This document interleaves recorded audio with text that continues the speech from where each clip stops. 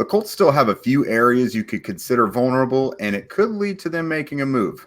Let's get to it. You are Locked On Colts, your daily Indianapolis Colts podcast. Part of the Locked On Podcast Network, your team every day.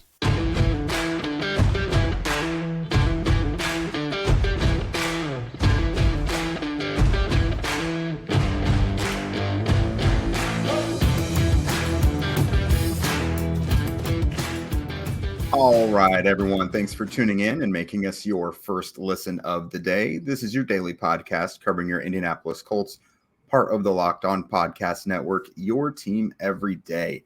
And today's show is presented by LinkedIn Jobs, which helps you find the qualified candidates that you want to talk to faster. Just post your job for free at linkedin.com/lockedonnfl. That's linkedin.com/lockedonnfl to post your job for free. Terms and conditions apply. What is up, everybody? I am Jake Arthur. He is Zach Hicks. You know the two of us from horseshoehuddle.com. I am your resident credentialed media member for the site, really gearing up to hit things hard for training camp there at Grand Park in Westfield.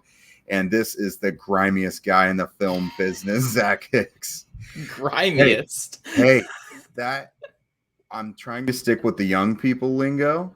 And sometimes grimy is a very good thing. I'm using it in the good sense of the word. I have never heard of grimiest as a good thing. You're younger than me. You've got to know some of this lingo. No, maybe we're just two old dudes hosting a show at this I'll point. use something flowery for the next episode. Okay. Something that cannot be mistaken. Grimiest. Okay. Slimiest would have been worse. Yeah, that's true. We're getting very off track here on this grimy episode of Locked On Colts. Today, so training camp isn't here yet, so we're still kind of putting some pretty bows on some things and kind of looking over the roster, doing a little bit of an overhaul one more time. So today, we're looking at the three areas of the roster that seem the most vulnerable. You don't want to necessarily call them needs because a lot of these areas, you know what the Colts are doing, but they are still pretty vulnerable. And in order to kind of alleviate some of those areas, we're going to look at some free agents this Colts could still sign, as well as some potential trades they could pull off, bringing in either other players or shipping off a couple of their own. So looking at it first, and we're also going to discount quarterback because we obviously know what the plan there is. But just looking at the roster as a whole, you look at cornerback, and it is super, super reliant on youth this year. And Kenny Moore is, this is maybe the most important he's had to be for a while. And the bummer of that is he's coming off another season where he was banged up, and he had the whole contract dispute last offseason, which all fences seem to be mended on that front. But at the same time, that did happen. So, it's not the sunniest skies in terms of what your expectations are from Kenny Moore right now. So, Zach, what do you think about cornerback? Are you comfortable with it, or do you think it is pretty vulnerable? I would not be comfortable with it whatsoever if this were last season. If they had made the trade for Matt Ryan, if they had paid some decent money for Yannick Ngakoue and stuff like that. If they had spent money to quote unquote go all in, go get that veteran quarterback, go get more weapons and stuff like that. And then they rolled out this cornerback group, then I would have been pretty concerned. I would have been like, what are they doing? This is just not a good plan, and it's not going to, it could work out obviously, but it's such a small chance of working out for that next season that, you're really playing with fire there. But when we're looking at the context of what the 2023 season is going to be, where they're potentially starting a young quarterback, they're potentially going young at several other positions, why not get these young cornerbacks some playing time? So when we look at free agents the Colts could sign, we look at trades they could make and stuff to alleviate the concerns of that cornerback position. We'll say some names here in the later segments, but for the most part, I'd rather just see these young guys get thrown into the fire and see what they can do. I'm not saying it's going to be great for this next season, but I understand the process and I understand getting these guys some playing time. And, if JuJu, Brents and Darius Rush, get the most snaps this whole season at cornerback, I think that's overall a pretty good thing because you're going to see what these guys can do. And, if they have the confidence to fight through some tough times that they're going to have this year, then you could have two really good cornerbacks on your hands. So I do think it's the cornerback. It's the position on the roster, the cornerback position that has the widest range of possibilities. Like they could be the worst cornerback room in all of football this year. But these young players could step up and play some really good ball, and they could be a fringe top 10 unit with this type of system. So we're really going to see what they're made of, and I'm actually all for it. Get these young guys some playing time and see what they can do. Yeah, I think, like you said, if those two guys get the most playing time, then it's probably a really good sign, honestly, because we've seen that Gus Bradley's not just going to play guys who their performance continues to tank or they don't know what they're doing. Like, they'll at least be having positive growing pains, I guess you could say. Yeah. Talking about Brents and Rush. But no, it could always be worse. It is true. There's just so much variance in how that could go. The good news is these guys are pretty much like handcrafted for this system. So the likelihood seems to be that they're going to be closer to average to a little, I don't want to call them above average yet, but it's going to be a mostly positive experience, I guess you could say. Hopefully. Yeah. I mean, worst case, they play like Rock Ya-Sin did during his rookie season a couple years ago, where a lot of penalties, but you saw some decent moments here and there, but he was able to bounce back and grow going forward. So like, if that's the worst case, like that's fine. That's fine. As long as they can bounce back and grow going forward, that's all you want to see. Yeah. We've seen this before. I think it was back in like 2006. It was a Super Bowl season. Von Hutchins and Jason David, two starting rookie outside corners. This could go better than that. I would like to hope. But looking at the next area of concern, we've talked about this one a bit too, because they're doing the same thing this offseason as they did last year. The offensive line depth. If you look at the line right now and Bernhard Raimann goes down or Braden Smith goes down, you just say woof when you look at the backup possibilities right now with what's on the roster at the moment, because it's very unknown and it's really reliant on the unknown. And that's again what they did last year. Interior isn't a ton better. You got there's some guys you like, but again, they're unproven as well. So again, the Colts are being very reliant on the starting five without putting much pressure again on the left tackle and right guard spots. So what are you kind of thinking there? Yeah, I would say the only backups you feel okay-ish about are Danny Pinter as the backup center, and Blake Freeland you feel decent about as the backup right tackle, because he at least has the athletic ability to get out there and stuff like that. But outside of that, the depth on this offensive line is really concerning. It's really concerning. And like you said, it's a lot of what they did last season. And the reason why I'd actually have this as the most concerning of all the position groups is, this offensive line did not play well last season. So we can't even factor in the top guys and the starters playing super well. But they don't have even a Will Fries or Bernhard Raimann to sub in there if the starters struggle. If Fries and Raimann struggle like the starters did last year, they don't even have guys they can replace them with. Yeah. And the issue with having this concern at offensive line is, like, the offensive line directly impacts the rest of the offense. We saw last season when the offensive line's not playing well, the entire offense corrodes. And if you're going to be starting a young quarterback like Anthony Richardson, like, if you're going to go old at any position, when you have a young quarterback back there, go old at offensive line. Bring in some veterans at offensive line to shore that up so your young quarterback can actually develop and get some things done. So, I'm optimistic for Will Fries, optimistic for Bernhard Raimann, and optimistic that these stars can actually get back to what they've done in the past. But if they don't, it's going to be a really rough season for Anthony Richardson and the Colts and the Colts entire offense in general. So yeah, I'm pretty concerned about that offensive line, even though I am optimistic that they can bounce back. Like, it's still pretty concerning that they're kind of rolling it back with what we saw last year, when last year was, at their peak, below average. Yeah, they always speak about the importance of the interior, both trenches. So it's hard for me to believe that this was the approach again this year, but they seem pretty confident in it. And more power to them if it works out. But looking at our next group here, linebacker. And this is, obviously the biggest part of it is Shaquille Leonard going to play? If he is, when? But even if you factor him into this, there's a lot of importance centered around Leonard, Zaire Franklin, and EJ Speed. Let's say that Leonard's not out there to start the season and he's got to take a few weeks again, like last year. Then you have Zaire Franklin and EJ Speed. Something happens to Franklin, and that is messy immediately because speed is gonna be taking on a new significant role this year. If you consider Leonard won't be out there, and then after that, you don't have a guy like Zaire Franklin to fill in, a guy who's been around for several years with them and has been a mainstay. You're relying on JoJo Doman and Cameron McGrone essentially, who don't have extensive experience on defense in the NFL at least. Yeah. The only thing I'll say on this, because we've talked about this quite a bit, is with the Shaquille Leonard situation, we just don't know. We can't comfortably say that he's going to be ready to play this year because we have had no indication that he is. We just know that he's on track to play. He's on track, but we heard that all last offseason as well. And he ended up having that setback and another major surgery and only played a game and a half last year.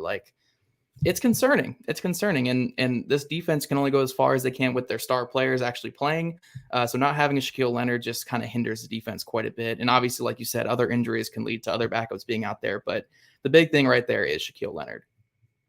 Yeah, without a doubt. So next we're going to talk about some free agent moves that the Colts could still explore to alleviate some of these concerns. But first, a word from our sponsor, Bird Dogs. Guys, we are well into summer by now, so we hope that everyone's keeping cool but stylish also. And Bird Dogs is honestly a legit way to do both of those things. Their stretch khaki shorts are designed to fit slimmer through the thigh and the leg, giving you a truly sculpted look. They fit way better than the regular shorts that are made of that stiff, restricting cotton. Bird Dogs actually fixed this by inventing cloud knit fabric that looks just like khaki, but it actually stretches to get you a slimmer fit. Without really having to sacrifice movement and being bunched up. They also use a very important anti-stink sweat-wicking fabric that keeps you cool and dry all day long because it's just not awesome to go around all day smelling like it's hot outside. I'm a bigger guy, so I have divvied up some of the stuff that Bird Dogs was nice enough to send us. I've given it to my friends who maybe aren't as robust as me, maybe in a little better shape. But I've seen all of them wear this stuff. It looks great. I've seen my friends wear the stuff on vacation in Mexico, on the golf course, just killing me down the fairway, whatever. They always enjoy them. And are they having a great time because they're wearing Bird Dogs? I can't say that that's not the truth. I don't know. Go to birddogs.com/LockedOnNFL or enter promo code LockedOnNFL for a free Yeti-style tumbler with your order. That's one thing I definitely do use, and it keeps your drinks with ice in it, literally in a hot car all day on a summer day. At the end, I still got a cold drink when I get out of work, so that I can definitely attest to.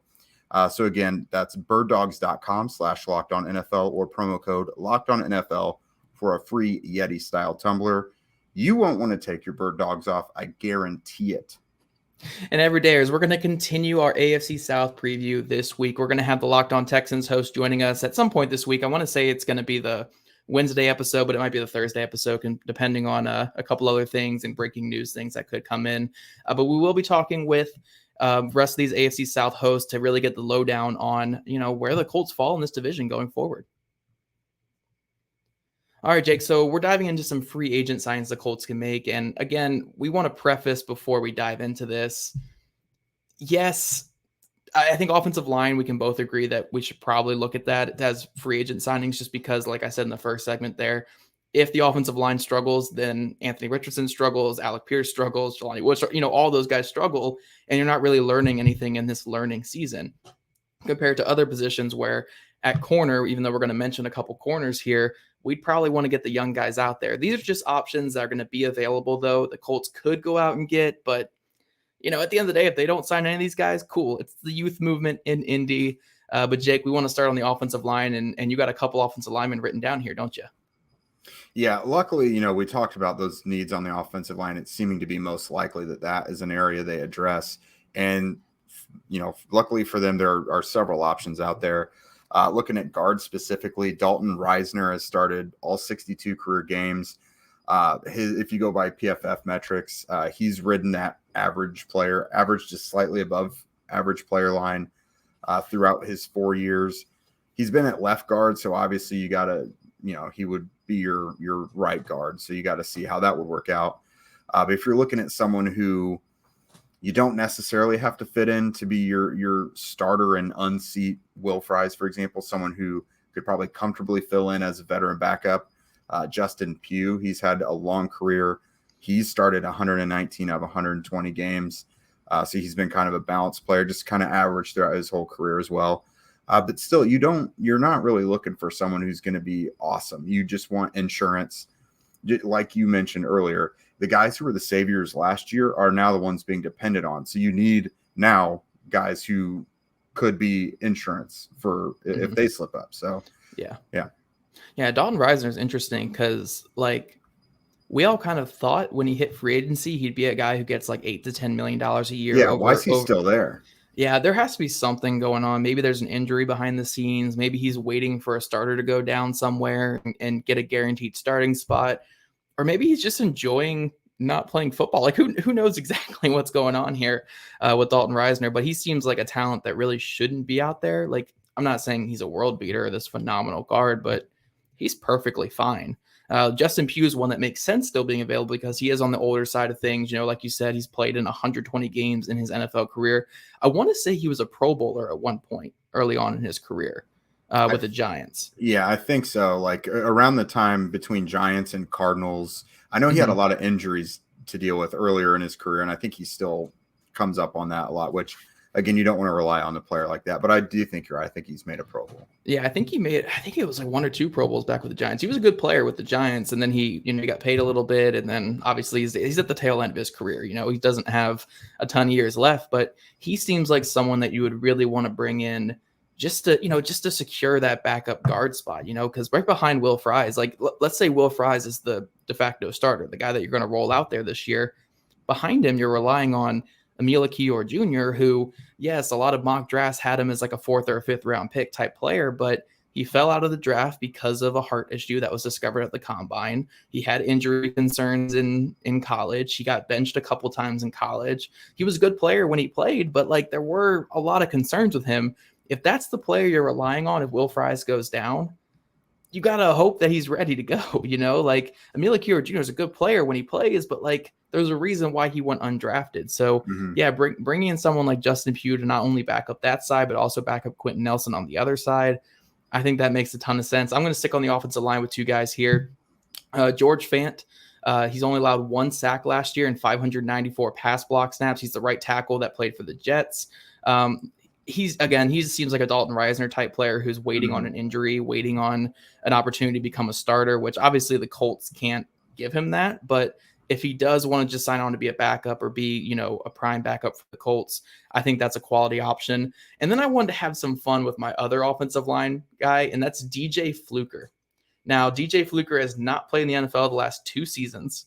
Formerly he was with the Chargers. I think he was with the Chargers under when Shane Steichen was there. So he overlapped with Steichen with the Chargers.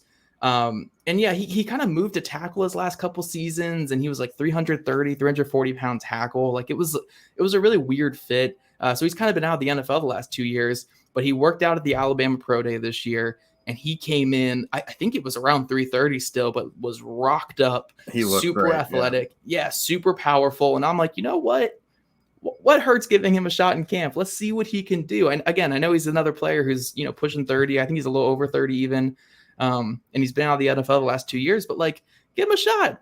What hurts? What does this hurt? If anything, he just pushes Emil Kior and Will Fries to be better players. But I'm all for bringing in DJ Fluker and just seeing what he can do, because seeing the type of athlete he looked like at that Alabama Pro Day, I'm like, this is not at all what we saw out of DJ Fluker in the NFL. DJ Fluker was a mauler who was a little stiff and couldn't really move that well. But if he could move well now and he's super athletic, or not super athletic, but just in better shape, sure, sign me up. Let's get some DJ Fluker in here. So I think offensive line is where I would make a signing for the Colts. These other 2 players that we're going to mention here, I probably wouldn't do, but I would understand.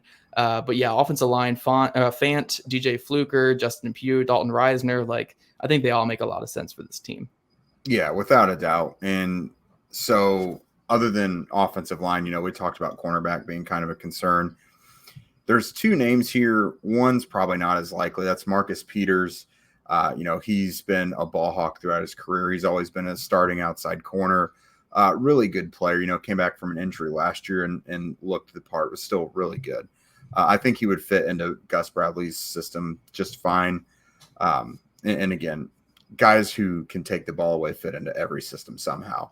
But the other one that may be a little more realistic, even though his size doesn't really fit the profile, Troy Hill. I think he's 5'11", about 180, so a bit undersized for what the Colts would be looking for.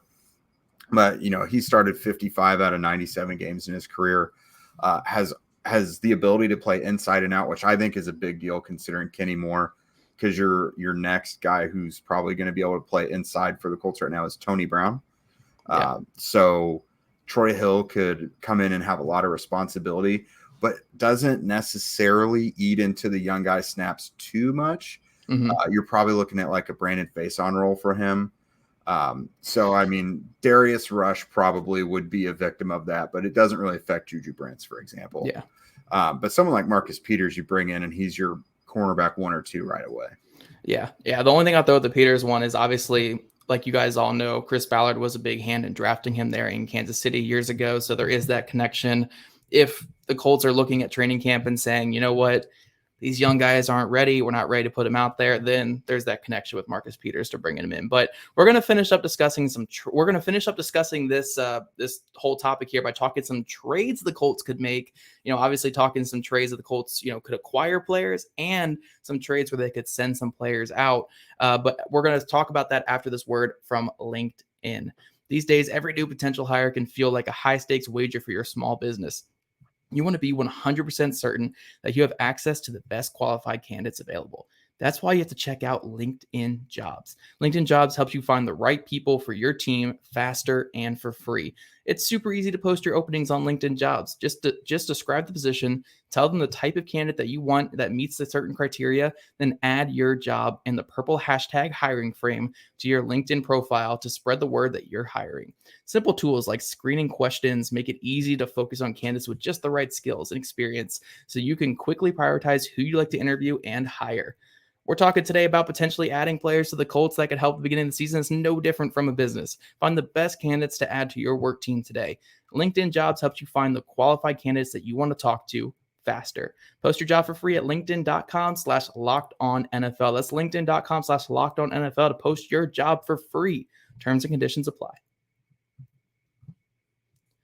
All right, Jake. So we're talking some trades here. In the NFL, nobody really trades. So it's kind of hard to talk about this topic here. But if you look at past history with trades and outside the big ones, outside of, trading for, Devontae Adams or like the big names that the Colts are not going to do, the most likely trades that you get are either trades that, hey, a team just drafted a player in the first round and the starter before them is on the trade block now.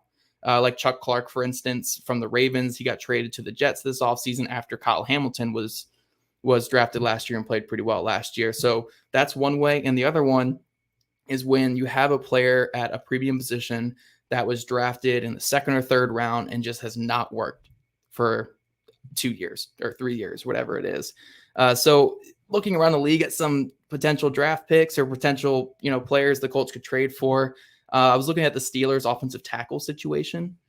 They just drafted Broderick Jones out of Georgia. He's going to be starting at one of their tackle positions. I'm presuming the left tackle spot. So whoever loses out between that right tackle battle between Chuks Okorafor and Dan Moore Jr., they could be on the block. The Colts could maybe trade a late round pick for one of those guys. Now, I don't think the Steelers would trade them because it's better to have three decent tackles than to have two. And what's a 6th round pick when your tackle goes down and you don't really have anything there? But that was one thing I was looking at. I was trying to look at some other trades, but Jake, I kind of came up short on a couple other ones. Yeah, because I mean, when you look at it, it's all big name players that are kind of being shopped out there. But no, I think those make sense. Chuks Okorafor, Dan Moore. I really remember liking Okorafor coming out of his draft class. Mm-hmm. I feel like what I've seen some of the discourse on Twitter from a Steelers perspective is they've been really hot and cold on those guys. Like, right, probably worth having on your roster, but you don't want to have to rely on them quite a bit, which I think would be perfect for the Colts because you don't necessarily want to be the starters, but you want depth there, guys who have been there and played before. So I really like those ones quite a bit. I think that makes a lot of sense. Again, Blake Freeland, I think they have a specific plan for him. And, we've seen him fill in for Braden Smith already, during OTAs. You get to stick to your plan a little more when you have depth, when you don't have to rely on those guys so much. So I think that's a good spot to look. Yeah. So in the two others I had for draft picks that are, guys that were drafted in like higher rounds that just did not work out with their original team and could be on the trade block. I had pass rusher Malcolm Kuntz from the Raiders, former 3rd round pick in 2021. Only played like 70 snaps in the NFL. Really good athletic profile. You could see the Colts being a team that take a chance on that. But again, trades are very unlikely. So we'll see. And I put one on here that I think is just fun. I don't think there's any chance in HELL that it happens. There's no way it happens at all. But maybe this player is released. You could see the Colts take a chance. But quarterback Malik Willis, from the Tennessee Titans seems like he's going to be the odd man out this offseason. Like you can't really justify keeping him when you just spent that pick on Will Levis because you're just not going to give the development time to Malik Willis. And if you're looking at it from the Colts perspective, they kept 3 quarterbacks all last year. So if you're already going to keep 3 quarterbacks and you prefer to have your backup, your like long-term backup be a similar style to your starter, I mean, it would be fun. It would be fun. I'm not even a big Malik Willis fan. I thought he was right to go in round 3 when he did go in round 3 or round 4. I think it was round 3 actually, to the Tennessee Titans. But like, look, if he gets released, I'd be a fan of claiming him. I think he'd be a fun long-term backup behind Anthony Richardson. Maybe he never develops as a passer, but like the running ability is pretty fun. I don't know. I'm not actually saying I want this to happen or anything, but like I like the idea of more athletes at the quarterback position. Yeah, and I mean, what does it hurt to have Malik Willis compete with Sam Ehlinger for that 3rd quarterback spot? It hurts nothing. Again, like it could be more likely that he gets released and the Colts pick him up, like you mentioned, because I mean he was a 3rd round pick. Obviously, teams weren't sold on him, and then when he did finally get some playing time last year, the Tennessee didn't really do anything with it. Like he was just a real mobile quarterback during that. There wasn't much passing going on, so maybe the Colts. It's pretty common for them to roll with 4 quarterbacks or so throughout training camp because you want more than just the 3. So, I mean, maybe they bring him out there. They can sneak him on the practice squad, perhaps. I feel like he'd be traded for like a 6th or a 7th. Or probably like a 7th out to the NFC. But like in the crazy scenario where it's not the Titans that have him, I'd be interested in throwing a 7th rounder at him because it would be fun. Like, why not? Like those 7th round picks, it's unlikely to make the roster anyway. If you can find your long-term backup, it would be fun. So that's all I have about players the Colts could trade for. It's very unlikely the Colts actually make any trades for these guys. Maybe on cutdown day, they trade for a 10th string pass rusher like they typically do or something like that.